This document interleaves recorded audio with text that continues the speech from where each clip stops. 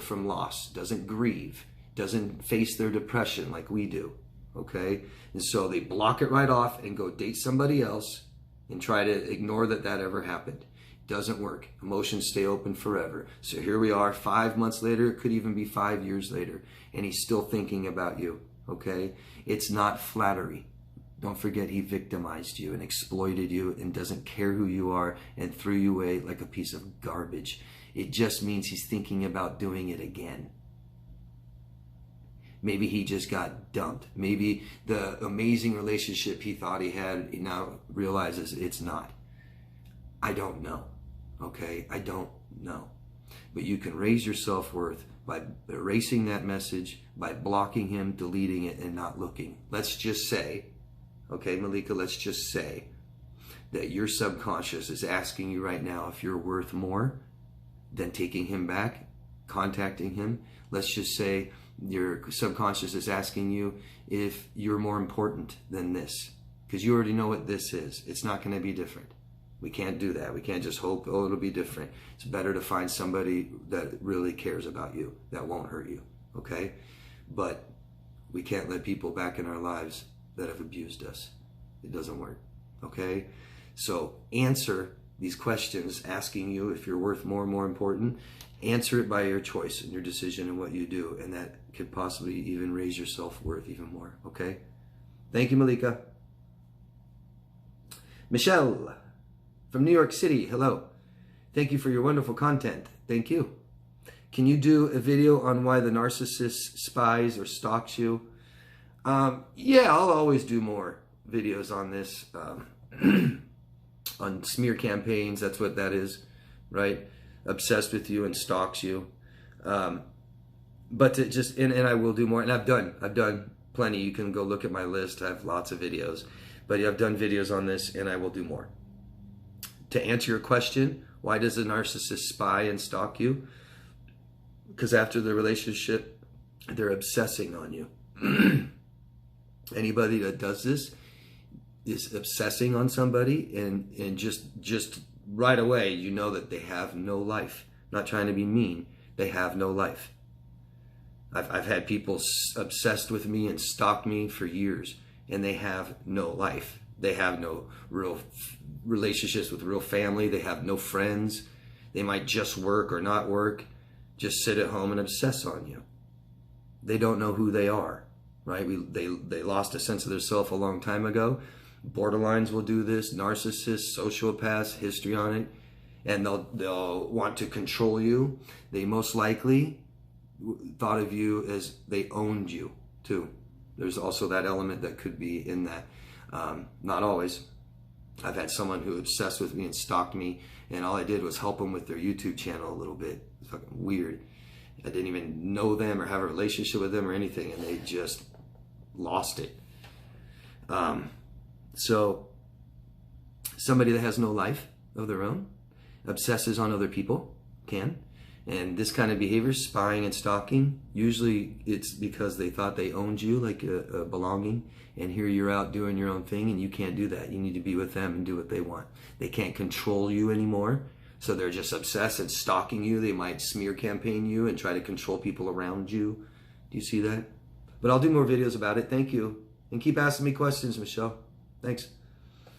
Hello, David. It's Lewis from the United Kingdom. Hello, Lewis. Thank you for sharing my words. I didn't expect that. Just in case you missed my question, I asked on last week's vid, and I'll ask again now. Good. Thank you. It's about comments I've shared on many videos showing support and stories. Having a channel open to the public, I realized that the last one I'm dealing with, that's shriveling in the sun, is as savage as anything now. Do I really have to delete everything I've ever shared on these channels? If she chooses, she can pick any comments at will to use against me. 99% of the time, they were about other people. It seems as if I will always be silenced and every word spoken can and will be twisted. Just as I thought I was healing, I realized that battle for my life and my son's future has only just started. I'm sorry, Lewis. I'm sorry. You don't have to do anything. Okay? Do what you want. Figure out what that is, what you want, and how this all makes you feel and what you need and what you value. We take all this into consideration. Okay? If this person's not in your life anymore, try to not value their opinion. Try not to worry or be afraid of what they do. You can't control it. Try to accept them for who they are and expect nothing more from them. Try not to see what they do. Try not to hear what they say. Okay? I'm telling you, Lewis, and I know a lot of people watching this don't believe this, but most people do not like this kinds of stuff at all. I don't care if it's somebody I don't even like. I don't want to hear someone talk bad about them. I don't want to hear anybody talking badly about anybody else, no matter how disgusting they are, right? It's obsessive, it's negative, it's dramatic, it's gross, it's ugly, it feels bad. So, because what you're doing is you're valuing their opinion and you're scared of what they're going to do. And really process this, okay? Say it out loud. What are you really afraid of? And then balance it out, right? Is that true? Is that real? Could that really happen? Okay? And balance it out. Is it worth what I'm doing? I don't think this just started. I hope it's not as bad. You didn't really give me much details, and your question's kind of general, but you don't have to do anything, Lewis. And she may not be able to do that much damage to you. You said twist your words around. That means she's just telling other people about you and talking bad about you. And the only kind of people that are drawn to that and like it are sick. Who cares what they think? Especially if you don't have them in your life, you don't know them. Okay? Try to accept who they are. Try to accept what could happen. Okay? Try to accept that some people will never like you. Okay? That's my best advice. You don't have to stop doing anything. Okay? And you don't have to keep doing it. It's up to you. Figure out what you want. Okay? Thank you, Lewis. Keep asking me questions, please. C from Colorado. Another excellent video. You do help me, and I'm sure many others. I look forward to your videos. Thank you very much. That's very nice. And Anne from Utah. Again, hello, Anne. Thanks so much for answering the question I had on last week's video. It made a lot of sense. You have helped me so much by listening to your videos. Good. Thanks for telling me. I finally have my first therapy appointment set to get help, and listening to your videos is what has helped me to want to finally take that step. So thank you. Thank you. Good luck. Good luck. If this person isn't right for you, find another one. Okay? Don't give up after one. So I do have another question. So I've always wanted to share the happy things going on in my life with my mom, but I have always also dreaded it. And when good things happen to me, it gives me anxiety. And when it's time to tell my mom about it, because she's always has something negative to say about whatever it is to ruin my good news somehow. Why does she do this? Because she's depressed. Because she's negative. We treat people how we feel about ourselves. Okay? She doesn't value emotional connection with you and doesn't really value who you are. The reason you're in her life, find that. Find why you are in her life and why she keeps you in her life, besides just, well, you're my daughter. Okay? If mom really loves you for who you are, then she loves and values how you feel, what you want, what you need, and what you value, and your opinion. Doesn't look like it. Okay? Another, if what you're doing doesn't feel good, stop doing it.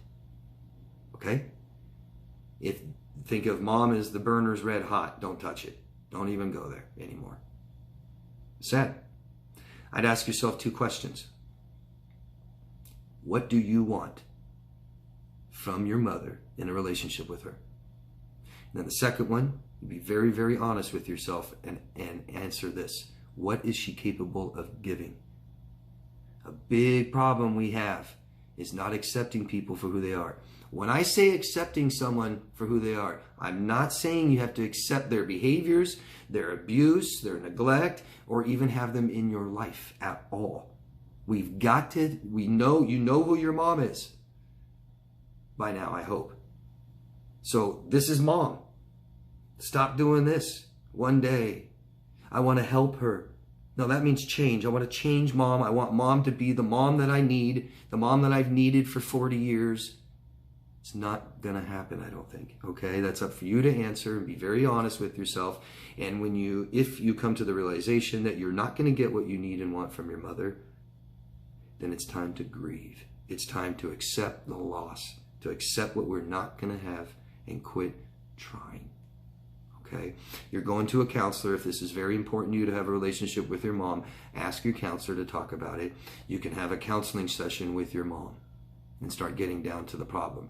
My guess is she's not interested.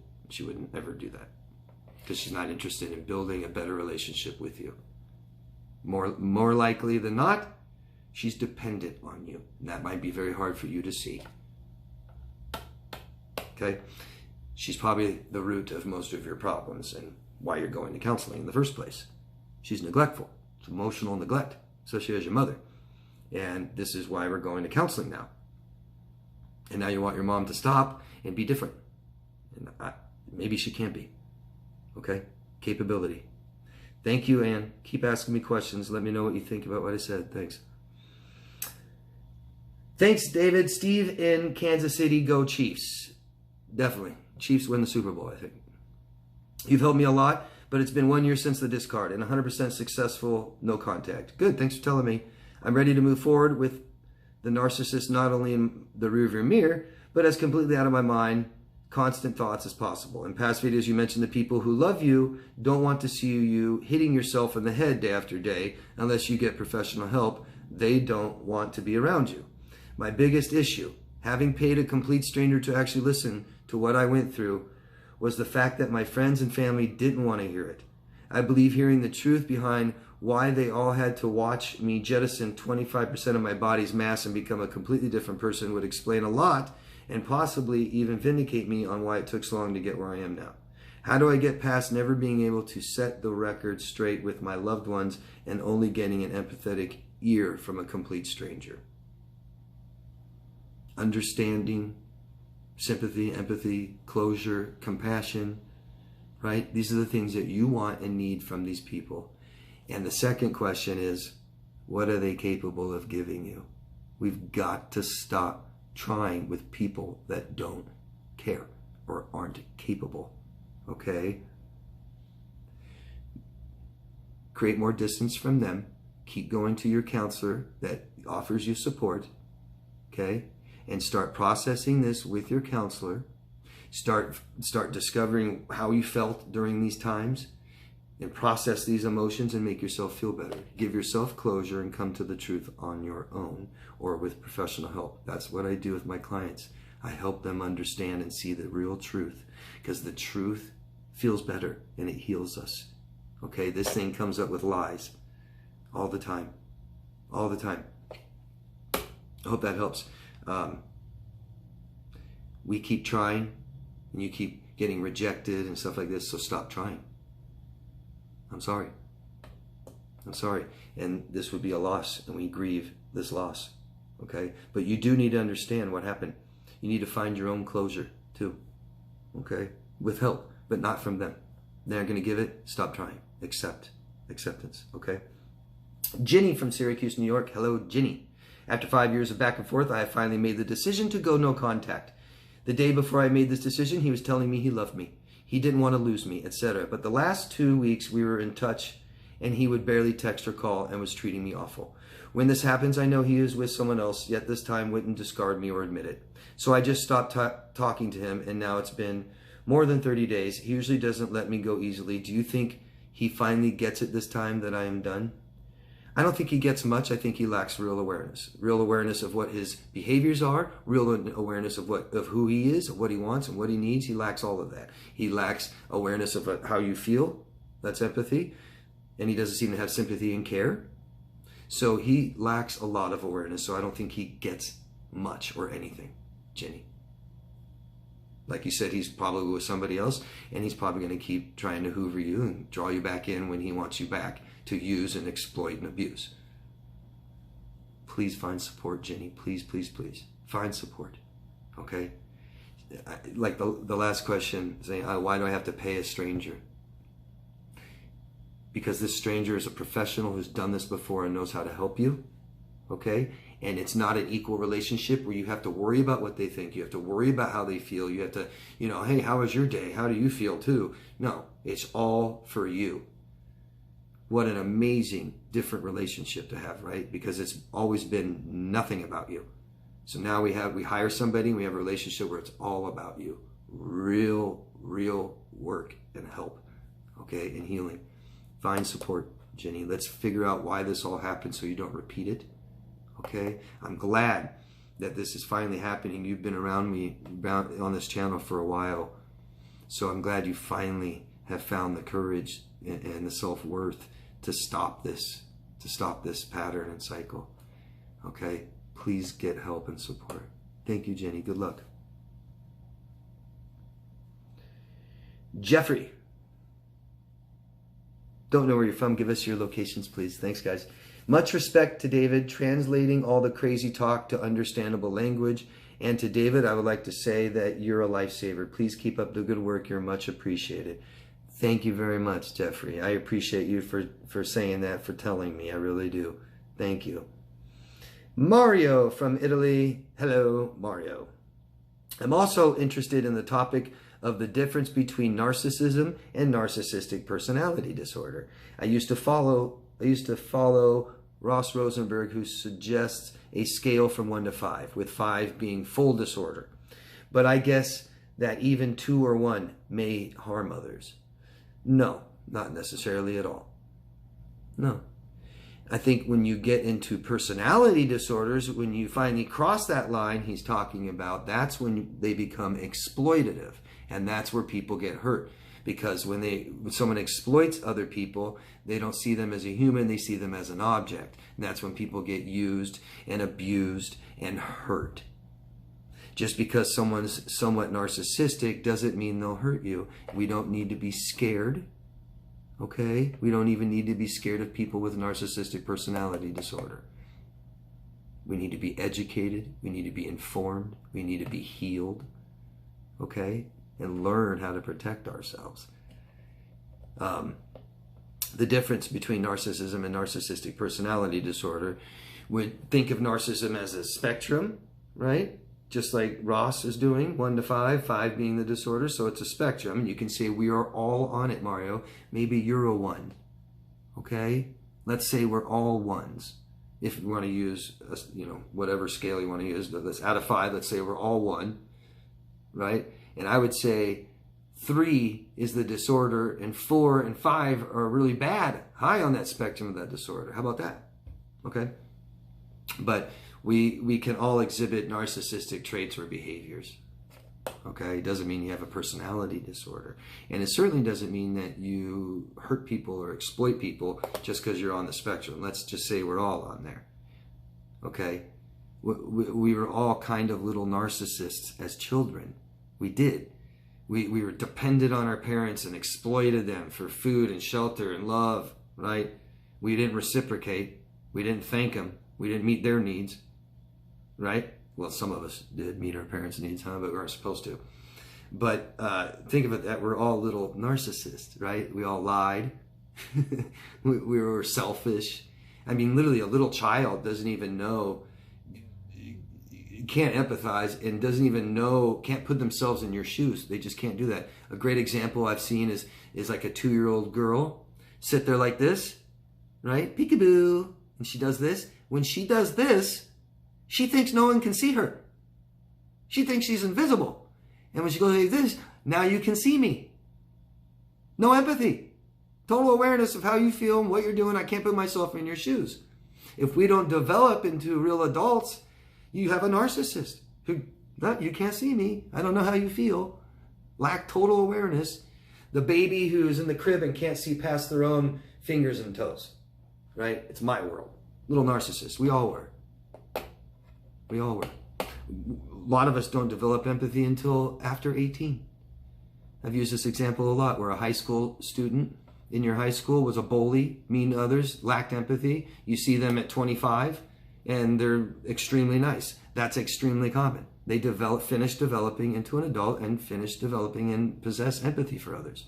They didn't at 17. They do now at 25. Okay? I hope that helps, Mario. If not, tell me and keep asking questions. Thank you. Adrian from United States. Hello, Adrian. I feel like I got to shout your question because it's always in all caps. Adrian from United States. Why do parents have children and they could...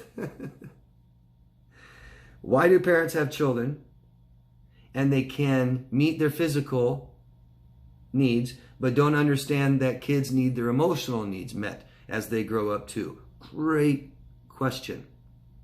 Otherwise, kids have to seek therapy to understand themselves later. Parents are meeting emotional needs, and that's teaching them to do it themselves. They're teachers. Our caretakers, whoever they end up being, hopefully our mom and dad, but if not, somebody else's mom and dad or our grandparents, are emotional caretakers. Okay? That's who provides emotional needs. They are our teachers, and they're right away focusing on our emotions, our body moving, and they're teaching us how to process our emotions and get what we need. Focusing, right, on the child. How do you feel? Oh, you feel this way, that way? Why? Let's do something about it. Okay, instead of neglecting them and ignoring them. Now, our emotional caretakers are our teachers, but to teach, you have to know. And even knowing doesn't mean you're a great teacher. And so parents make mistakes, and that's good, and they're learning, and children accept it and forgive, and it's all good, and that's a great parent, making mistakes and learning from them. Okay? But if your parents were emotionally neglected, it's going to be extremely hard to not neglect their children. And even us right here, we're good people, right? But we had narcissistic parents. And if we have children, we might have some of those same traits. We might raise our children the same way and not realizing it. We might be neglecting our children too. Okay? So that's why this is a pattern that repeats itself until we learn. Just like alcoholism, right?